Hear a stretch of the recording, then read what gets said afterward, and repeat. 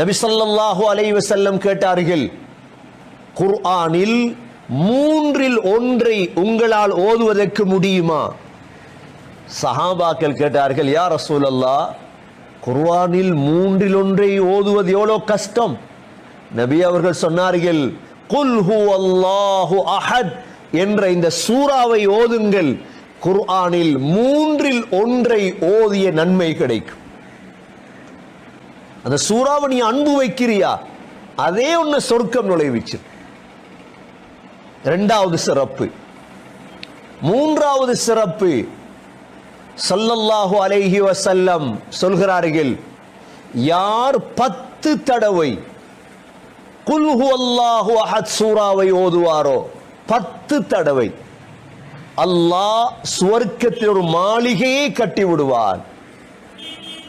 Umar ரலியல்லாஹு அன்ஹு கேட்டார்கள், யா ரசூலல்லாஹ், கூடுதலாக ஓதினால் 20 தடவை ஓதினால், 30 தடவை ஓதினால், 40 தடவை ஓதினால்?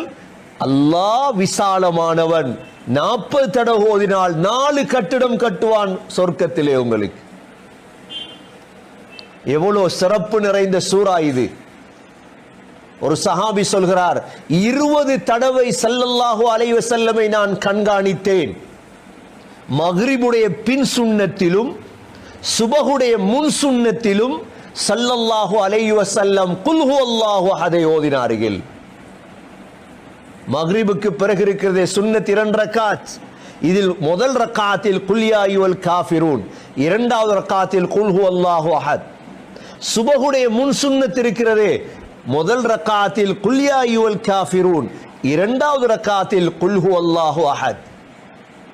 கண்ணியமிக்க சகோதரர்களே, ஸல்லல்லாஹு அலைஹி வஸல்லம் சொல்லுவார்கள், நீங்கள் காபாவுக்கு சென்றால் தவாஃப் செய்கிறீர்கள், தவாஃபை முடித்துவிட்டு 2 ரக்காத் தொழுவீர்கள், அதிலும் நீங்கள் இரண்டாவது ரக்காத்தில் ஓத வேண்டிய சூரா குல் ஹுவல்லாஹு அஹத். ஆயிஷா ரலியல்லாஹு அன்ஹாவிடம் கேட்டார்கள், நபி ஸல்லல்லாஹு அலைஹி வஸல்லம் வித்ர் தொழுகையில் கடைசி ரக்காத்தில் ஓதக்கூடிய சூரா எது? சொன்னார்கள் ஸல்லல்லாஹு அலைஹி வஸல்லம், வித்ர் தொழுகையில் கடைசி ரக்காத்தில் ஓதக்கூடிய சூரா சூரத்துல் இக்லாஸ், குல் ஹுவல்லாஹு அஹத். சகோதரர்களே, தூங்கும் பொழுது ஸல்லல்லாஹு அலைஹி வஸல்லம் குல் ஹுவல்லாஹு அஹத் ஓதாமல் தூங்க மாட்டார்கள்.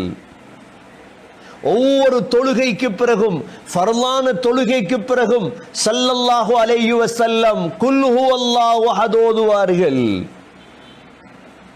ஸல்லல்லாஹு அலைஹி வஸல்லம் நோயாளியாக இருந்த பொழுது இந்த குல் ஹுவல்லாஹு அஹதை ஓதித்தான் உடம்புகளில் தடாவுவார்கள்.